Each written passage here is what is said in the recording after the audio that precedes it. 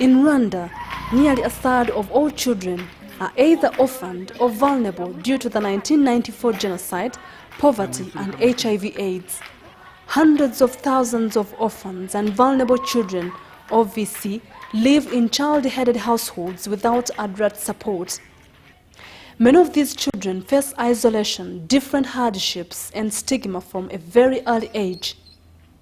Care International, in partnership with the ARCT Ruhuka and Haguruka, has been working since 2003 with thousands of most vulnerable children to improve their circumstances through an innovative community mentorship approach called Nkundabana, or I Love Children.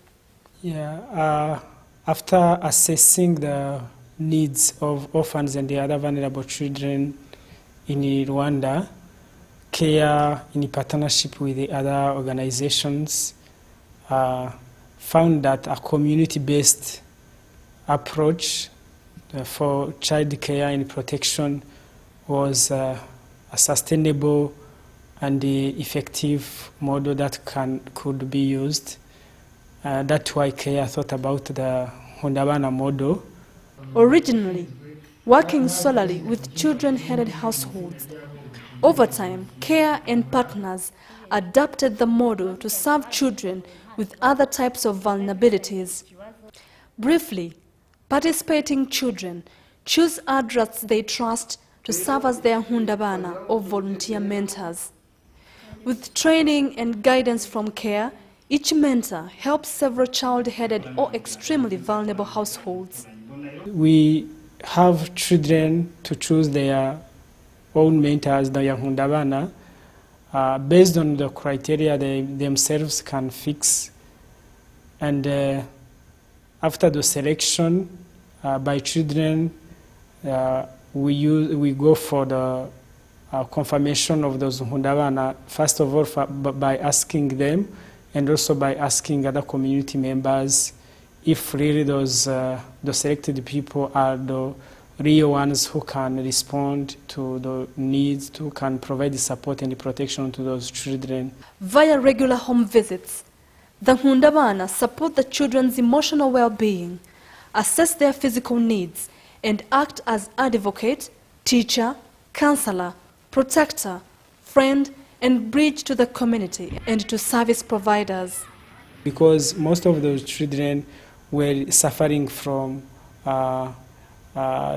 psychosocial problems due to the genocide, but also due to the situation they were living in, because some of them could not get the basic needs like food, shelter, and school materials. The Nkundabana model was initiated in 3 districts: Ruhango, Kamonyi, and Muhanga in the southern province of the country, and it was later expanded in Musanze district in the north. Between 2010 and 2012, CARE, in collaboration with partners ARCT and Haguruka, and in association with Mijaprof, implemented the scale-up phase of the Nkundabana model. Among others, the creation of the Nkundabana associations was found to be a best practice in the implementation of the Nkundabana model. The association helps Nkundabana support each other and join their efforts to advocate for the needs and rights of vulnerable children. Here, we are at Mugina sector in Muhanga district. The association of Nkundabana meets once a month. They explain why it's important to meet. Cyane cyane ku murongo w'ibyigwa turabazanya amakuru hirya no hino muri babana dushinzwe. Ese bameze bate, bahagaze bate, nta warwaye se, nta wagize ibibazo runaka se. Icyo kibazo tukakiganira tukacyungwa n'ibitekerezo. Icyo tubasha gukora gukemura tukaba twajyayo tukagikemura. Icyo tudashoboye tugakora ubuvugizi ari mu buyobozi ari ndetse no mu baturage duturanye. Habaho umwana akubwira ikibazo utabashije gukemura mugaterana nk'abankundabana mukakivugaho kikagira uburyo cyakemuka. During the selection of Nkundabana in the community, the local leader plays a big role because Nkundabana mentors are community volunteers who are trusted adults. The local leaders confirmed the importance of Nkundabana in the community and how they serve as a bridge between children and the leadership. Kuko bari ababyeyi babana nabo mu midugudu nibo babareba umunsi ku munsi mu midugudu batuye umwana uko yaramutse uko yiriwe niba ari abana biga akamenya ngo yagiye ku ishuri niba ari umwana warwaye akaba yamukurikirana akamuzana kwa muganga ndetse akanamukurikirana ubuzima bwose. Abari ababyeyi ba Nkundabana baje ari abadufasha gushyira mu nshingano zacu imirimo yacu baje ari nk'abafasha niko navuga.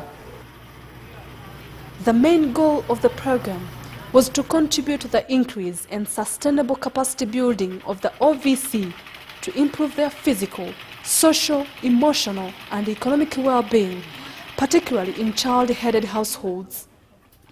Through care interventions, more than 10,000 children from 4,000 families were able to find Nkundabana who accompanied them to change bad behaviors and improve their family situation. Mu kuba hafi rero icyo dukora n'ubuvugizi haba mu nzego z'ibanze haba mu zo hejuru cyane cyane hari n'abagenda bahura n'ikibazo nk'ihohoterwa nk'umuntu akavuga ati bayabona ubwo batifite reka ndebe ukuntu nabambura nk'agasambu. Ubwo rero turahaguruka iki turenze kuko natwe turi abantu b'intege nke turi hasi tukazamuka tukegera ubuyobozi bukadufasha bugakemura cya kibazo. The orphans and vulnerable children involved in Nkundabana model are very proud of it. Some of them were visited and are going to talk about their experiences with Nkundabana who make follow-ups on them. The children-headed households confirmed that Nkundabana model has helped with capacity building and now most of them are successful in their various activities due to accompaniment by Nkundabana. This is Martha Mkawitonze. She's 49 years old and lives in Mbati. She has been part of Nkundabana model since 2007. She's in charge of many children. Among them there is Emmanuel Hachizimana. Martha tells us the importance of this visit. Tumubwira ko yamugira inama ukuntu azajya abyifatamo n'amafaranga akoreye ukuntu azajya amenya kuyabika agakoresha makeya ayandi ntayaye kugira ngo atazajya yabura yose akazajya anizigama.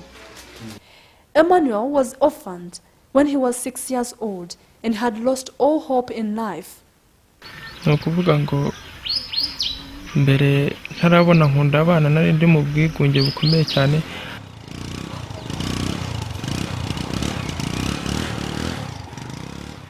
Today, his life has changed. He performs many activities, including motorcycle and bicycle maintenance, and selling various goods. So, what's important about the Nkundabana for him? Ubundi ngiye mwita mama wanjye kuko akenshi ni nawe mba ndeba muri gahunda zanjye.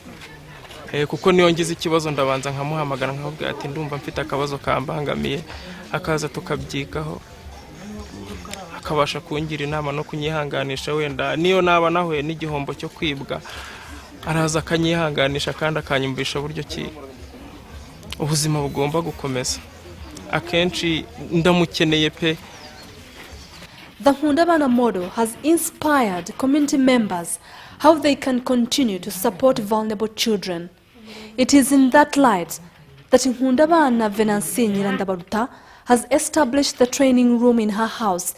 12 girls receive training of tailoring for a duration of 6 months. So why does she do this? Impamvu nagize igitekerezo cyo kuza kubigisha hano ubudozi nuko harimo abana nigishije ubudozi bakaba bafite aho bigejeje. Noneho harimo abana batsinzwe tronkome babura ubushobozi bwo gukomeza andi mashuri hanyuma biba ngombwa ko mbaba hafi kugira ngo kubera ko mbona nanjye ubudozi bumfitiye umumaro. Agnes Mukanda Chebuka lives in the sector of Mujina in Kamonyi district. She was selected as Nkundabana in 2007. At the beginning, she was in charge of 9 households with a population of 24 children. Today, she's proud of her assistance to these children because many have become successful in their lives. She shares with us her feelings about their changed lives. Abana mbere bari abana rwose ubona babi nk'abana b'abahungu cyane cyane bari abana ba mayibobo, ukabona ni abana birirwa bazerera badashaka gukora, nta rukundo bagiraga ntaki, ukabona ni abana nyine bibana kuko batari bafite umuntu bayoboye. Ariko aho tubereye Nkundabana, abana twagiye tubagira inama tukabayobora urukundo, gukora, tukabatoza imirimo, ubu abana aho bafite aho bavuye n'aho bageze. Ariko tugerageza gukomeza kubaba hafi mu ngo zabo, tukabasura, tugakomeza kubagira za nama zo kubana neza n'abandi, urukundo, gukunda umurimo cyane cyane. Among the child-headed households she supports, there is a household headed by Clarisse Murekatete. Clarisse is 20 years old. She lost her parents during the 1994 genocide when she was very young. She was left with her 3 young brothers. Clarisse is responsible for them. She tells us about the life she had before meeting her Nkundabana. Ubuzima bwanjye ngewe nari mfite mbere yuko mbona Nkundabana ni ubuzima bubabaje cyane, kuko ntabwo twageraga aho tuba, twari abana mbese tudafite abantu batwitaho akenshi. Ariko twabonye Nkundabana, tugenda tugarura ubuzima n'icyizere ko nibura tubonye umubyeyi.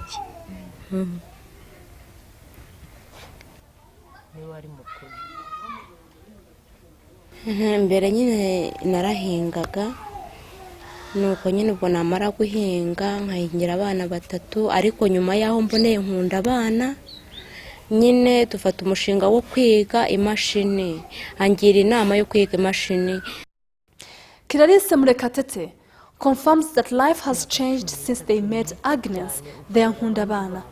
Ubwo rero ubwo byanteje imbere, byageze aho bimbana bigira naho bubingeza, ku buryo mbese twabaga mu nzu yendaga kudusenyukiraho. Ariko ubu turashima Imana ko rwose Imana yamaye akazi, nkabona amafaranga, wenda tukabasha kubaka. Rwose Imana yaramfashije, yego n'urwenda bubidashimishije, ariko nibura hari aho twavuye, hari naho twageze. Inzu twabagamo yari ikojeje isoni pe cyane, ariko ubwo nyine ibyo nabyo ndabishimira Imana ko hari aho yankuye, hari naho buyangirije, mbikukekesheje Nkundabana wanjye kubera ukuntu buyangiriye inama yo kwiga, akankundisha umurimo, nkiga ubudozi, ubu nanjye nkabona hari aho bwamfanye. Today, Clarisse has a new vision. She makes dresses and has managed to build a new house because the previous one was too old. Clarisse says the advice received from Nkundabana will still be needed in the future. Buretse na Nkundabana, nta gihe umuntu adakeneye umuntu umugira inama. Nge numva twakomezanya mu buzima bwanjye bwa buri munsi, nagira ikibazo nkamwiyambaza akangira inama z'uburyo nkwiye kubigenza. Since these Nkundabana mentors were selected from within the community, the security and protection of these vulnerable children was increased where they live in their villages. Bagize uruhare ku mutekano w'abana, kuko muri rusange usanga abo babyeyi bafite uruhare mu mutekano yabo, kuko niba agiye yakicarana nawe akaganira, umuturanyi aravuga ati uriya mwana afite umuntu umurebera, yagize icyaba nabibazwa, ukumva umutekano bari bafite nta kibazo kandi babigizemo uruhare rugaragara. Nta muntu ukibasuzugura kubera ko babonye ko bafite abantu babari inyuma kandi bavugira. Niyo mpamvu naho bari babishimye, iyo agize ikibazo runaka aza kukikubwira ko cyaba kimeze kose nta kugukinga. Bibona mu bandi bana barazamutse ndetse bamaze no gukura, ntabwo bakiri abana, barakuza benshi, babaye abagabo n'abagore barubatse, ahubwo nabo basigaye nabo basa nkaho ari Nkundabana kuko baza ahantu bavuye, bigatuma nabo bavuga ati natwe reka tugire ikintu dukora, tugenekeje ahantu twavuye, natwe tukwiye kugira ikintu dukora kugira ngo twibone mu ishusho y'aba bantu badufashije nta n'icyo dupfana. There is no doubt that since the Nkundabana model was implemented, it has helped improve the well-being of the most vulnerable children, because this model reduces delinquents and destructive behaviors. This capacity building of children gives hope of new and prosperous future for this generation.